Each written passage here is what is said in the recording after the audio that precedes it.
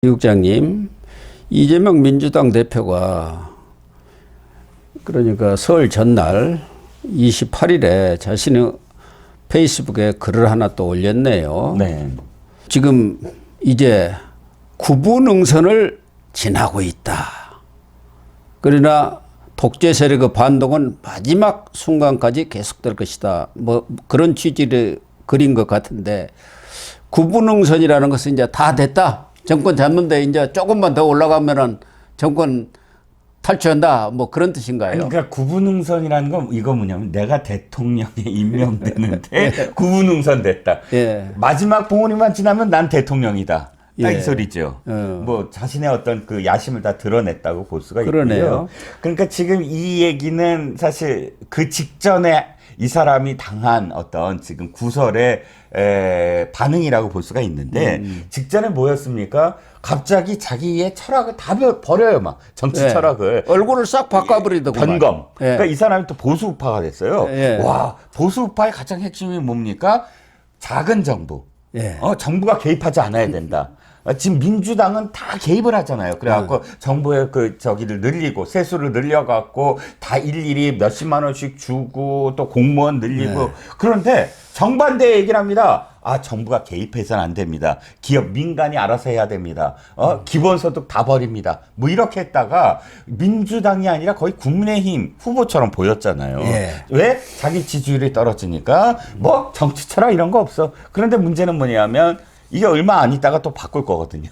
그러니까 내가 표좀 얻으려고 그런 거지. 그걸 믿었어? 그럴 거 아니겠습니까? 아니, 돌아보니까 이 얘기 3년 전에 왜 그 선거 때 자기 지지율 떨어지니까 또 비슷한 얘기 했었어요. 그때 대통령 선거 때. 그런 욕을 먹고 나서 바로 지금 정색을 하고, 아니다, 나 지금 대통령 될 거거든. 이제 곧 하나밖에 안 남았거든. 라고 지금 다시 얼굴을 보였다. 뭐 이렇게 지금 판단을 해야죠. 구분응선이면은 이제 다 올라온 것 아니겠습니까? 뭐 끝났다라고 얘기한 거죠. 믿어라, 나는 대통령이다. 믿어라. 그래서 우리 국민은 내란의 어둠을 걷어내고 고대 속에 잠든 아고라를 깨어낼 것이다. 이렇게 주장을 하면서 아고라의 부활로 펼쳐진 국민 중심 직접 민주주의 르네상스는 구성원의 참여와 신뢰가 필수 조건이다. 국민의 열망을 가슴 깊이 새기고 국민의 뜻을 받들어 새 미래를 열어가는 데 앞장서겠다. 대통령 다 돼버렸네요. 아니, 누가 써줬는지 모르지만 뭐 이렇게 완전히 왜 수식어들이 이게 지금 설날 앞두고 설 민심을 겨냥해서 낸 글 아닙니까? SNS 글이에요. 그러니까 참 이게 거의 뭐 좀 수준이 좀 그렇습니다. 보니까 이렇게 진정성 있게 뭐를 소통하는 게 아니라 완전 레토릭으로 그냥. 미사력으로 꽉 차 있어요. 미사력으로 뭐 다 아고라 부활 운운하면서 이게 다 아전 인수 아닙니까? 그렇죠. 국민 중심 직접 민주주의 르네상스 이 표현들이 사실 다 관념어잖아요. 추상적인. 그러니까 이 살아있지도 않고 지금 뭐 근데 솔직히 말씀드리면 절망적일 거예요. 왜냐하면 8년 전과 다르거든요. 완전히 다르죠. 8년 전은 다 그야말로 진짜 매일같이 탄핵하라라는 목소리밖에 안 들렸고, 본인들도 포기를 해버렸고 정당도 쪼개져 버렸고 국민들도 당연히 뭐 야당 후보가 그렇죠. 당선되는 걸로 이렇게 전제해서 모든 분위기가 형성이 된 거 아닙니까? 중도는 그러니까 물론이거든요. 문재인이가 그냥 먹어버린 거예요. 그렇죠. 그냥 주웠죠. 그런데 지금은 어떻습니까? 도리어 12월 3일 계엄 이후에 탄핵소추가 발의된 이후에 좌파 길거리에서 만나는 그런 목소리는 진보 좌파의 목소리보다는 보수 시민들의 목소리가 더 커요. 훨씬 더 크고 더 적극적이고, 지금 이 사람이 얘기한 대로, 지금 대표가 얘기한 대로, 이재명이 얘기한 대로 뭐 응원봉이 어쩌고 뭐 저쩌고보다 빨간색 경광등이 더 많이 보여요. 근데 자기는 뭐 서로 다른 색깔의 응원봉들이 경쾌한 떼창으로 한데 어우러져서 역사의 태양을 막아냈다. 이렇게 또 지난번 12.3 비상계엄 이후 시위를 그렇게 또 자기 쪽으로 유리하게 해석을 했습니다. 어쨌든 이재명으로서는 지금 돌아가는 상황 자체가 본인이 생각했던 것과는 좀 다른 방향으로 많이 흘러가지 않습니까? 헌재의 탄핵 심판도 뭐 속전속결로 끝날 줄 알았는데 실제로 지금 윤석열 대통령이 직접 나와서 변론을 하고 또 지금 김용현 전 장관만 나왔습니다만은 앞으로 뭐 여러 사람들이 예상이 돼 있지 않습니까? 증인으로 나와서 어떤 증언을 할지 알 수도 없는 데다가 네. 또 하나는 선거법 항소심 재판부가 아주 재판 지연 이것에 대해서 칼같이 잘라버렸지 않습니까? 네. 그러면 2월 26일 날 결심하겠다고 했잖아요. 특별한 사유가 없는 한. 네, 네. 특별한 사유라는 게 뭐 이재명이가 또 단식에 들어가든가 무슨 자해를 해결을 하든가 뭐 그런 거 외에야 뭐 특별한 사유가 있을 게 없지 않습니까? 그러면은 3월 초중순이면은 이재명은 항소심 결과가 나오는 거 아닙니까? 그렇죠. 신권을 더 새로운 어떤 사건을 배당하지 말아달라고 얘기한 게 3월 12일까지니까 예. 뭐 일반 그냥 상식적으로 봤을 때 3월 12일이 수요일이거든요. 그러면 지금 수요일마다 재판을 열겠다는 거잖아요. 예. 그러다 보니까 수요일이 딱 떨어지잖아요. 그러면 수요일 날은 선고를 하겠다라는 얘기가 아니냐라는 겁니다.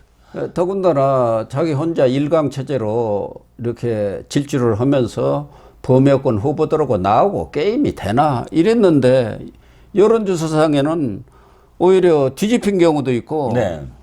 동률이 나오는 경우도 있지 않습니까? 그렇죠, 그렇죠. 물론 또 이재명 대표가 좀 앞선 경우도 있습니다만은 네, 네, 네. 그런데 지금 범여권은 아직 후보도 결정도 안 됐어요. 네. 그리고 지금 4강이 만약에 경선을 벌여가지고 거기서 탁 한 사람이 후보로 확정이 되면 컨벤션 효과가 엄청날 겁니다. 그렇죠. 지난번처럼 8년 전처럼 당이 여러 당이 나올 가능성은 없어요. 워낙에 그때보다 지금 그러니까 그때는 박근혜 전 대통령이 잘못됐다 이런 분위기가 팽배해 있었기 때문에 여러 개의 당으로 쪼개지면서 중도를 구걸하는 어떤 상황이 돼버렸는데 지금은 양당 체제예요. 누가 보더라도 무슨 국민의당 옛날에는 국민의당이 있었고 막 이랬는데 지금은 양당 체제가 아니면 불가능하다라는 어떤 상황이 돼버렸습니다. 워낙에 진영의 어떤 골이 깊기 때문에 제3의 길이라는 게 안 보여요. 그러면 뛰쳐나가서 내가 그냥 하겠다라고 하기에는 굉장히 리스크가 크다는 거죠. 그래서 사실상 이재명 대표는 조기 대선을 전제로 해서 당 조직도 거의 대선 체제로 지금 갖췄다는 것 아닙니까? 네. 김민석이가 무슨 정권교체본부인가 무슨 본부장 맡아가지고 실질적으로 지금 다 꾸리고 있잖아요. 그렇죠. 섀도우 캐비닛 다 뭐 잘 섀도우 만들게. 캐비넷도 나름대로 만들고 있고 정책도 대부분 지금 꾸려가고 있는 그런 상황 아니겠습니까? 네. 그러면서 또 조직 정비에 들어간 것 같은데 지금 이재명의 가장 큰 외곽 조직하면 더민주혁신회 아니겠습니까? 네.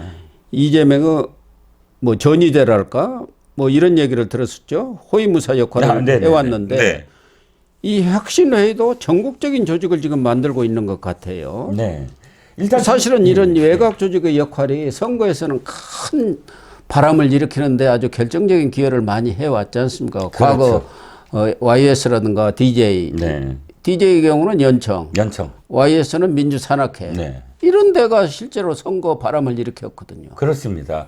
그러니까 지금 혁신회의가 사실 이재명을 지금 당대표로 다시 만드는데 혁혁한 공을 세웠지요. 예. 그리고 또 보면 혁신회의가 무슨 말을 바람을 잡으면 그 다음에 최고위원회에서 이재명 대표에 의해서 그대로 나온대요. 그러니까. 이렇다 보니까 와 혁신회의가 완전히 진짜 찐명 집단이구나 이런 게 지금 사람들한테 인식이 있다 보니까 혁신회의에 줄을 서고 있다는 겁니다. 왜? 지방선거가 이제 가까우잖아요. 그렇죠. 그러니까 지금 나오는 얘기가 혁신회의가 이제 돈 장사를 좀 하고 있다라는 얘기가 나옵니다. 뭐 이렇게 지금 이야기가 구설에 오른 건 회비를 받기 시작하는데 회비 액수가 어마어마해요. 자, 상임위원 혁신회의라는 조직의 상임위원은 50만 원씩 내라. 연회비. 예. 그 다음에 혁신위원은 1만 원씩 내라. 이건데 뭐 50만 원 연인데 뭐 했는데 보니까 상임위원은 5천 명 한다는 거예요. 계산해봤더니 25억 원입니다. 그러네요. 25억이. 예. 그 다음에 혁신위원은 5만 명입니다. 그럼 5억이에요. 5억. 합치면 30억입니다. 30억이죠. 와, 이거 30억이면 어마어마한 돈 아닙니까? 예. 이렇게 해서 사실상 이 돈을 내는 이유가 투표권도 주고 하겠다. 이건데 이 돈을 왜 내겠습니까? 일단 들어가서 난 찐명이다. 나 혁신회의의 혁신위원이야. 그러면 내가 찐명 행세를 할 수 있다는 겁니다. 왜? 이게 이 찐명 보증수표처럼 보이게 만들어준다는 거고, 그렇게 되면 어찌됐든 내가 이 지방자치단체 경선에서 나 찐명이거든? 혁신위원이거든? 혁신회의 혁신위원이야. 로 승부를 걸게끔 만들어준다는 거죠. 그러네요. 그래서 이렇게 조직을 엄청나게 늘리는 것도 결과적으로 보면은 지금 조기 대선이 이루어진 것을 전제로 해서 지금 네. 3월 1일 날 각 권역별 출범식을 거쳐서 3월 1일에는 전국 조직 출범식을 개최하겠다는 거 아닙니까? 네네. 일산 킨텍스에서. 네, 킨텍스에서요. 아마 이재명 대표도 참석하도록 그렇게 작업을 벌이고 있는 것 같은데, 이런 조직이 결국은 조기 대선에서 전위대 역할, 친위 조직으로서 이재명 바람을 일으키고 그렇죠. 또 상대방을 제압하는 네네. 그런 역할을 하는 것 아니겠습니까? 지금 그렇죠. 이 더민주혁신회의가 지난번에 이재명한테 이쁨을 받아갖고 공천을 많이 받아서 의원들만도 30명입니다. 아니 170명에 한 20% 되는 것 아닙니까? 더 많이 줄을 섰대요. 한 40몇 명이 줄을 섰는데 네. 그나마 관리를 했다고 제가 들었습니다. 30명으로. 찐명 관리를 했다고 들었고, 특히 이 사람들의 위세가 언제 드러났냐면 강서구청장 선거 때요. 예. 진교훈이 지금 강서구청장인데 경찰청 차장하다가 바로 그냥 전략공천 받아버렸잖아요. 근데 이 사람이 알려지지도 않고, 예. 더군다나 이쪽, 그러니까 민주당의 본류에서는 이 사람 누구야 도대체, 이런 사람이었대요. 그런데 이 사람이 바로 혁신회의가 보증한 사람, 혁신회의 사람이다 라고 이야기하면서 그대로 전략공천이 됐다는 겁니다. 지난번 무원식 국회의장 선출이라든가 박찬대 원내대표 선출, 이런 부분에 있어서도 혁신회의가 30여 명의 의원이 있기 때문에 네. 캐스팅 보트를 쥐는 것 아닙니까? 그래서 혁신회의가 간담회를 하면 국회의장 후보들이 다 와서 다 쫓아와가지고. 뭐 원내대표 후보들 다 쫓아오고. 예. 이야, 막강한 파워입니다.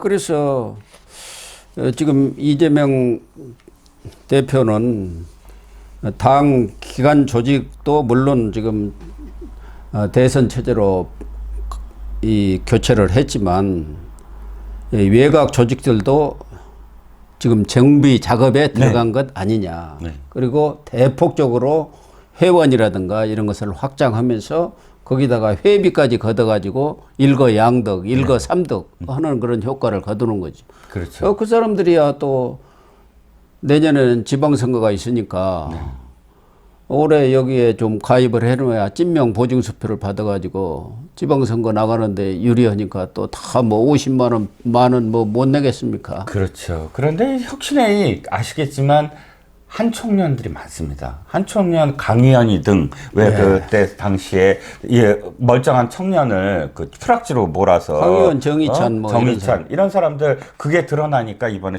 공천 못 받았잖아요.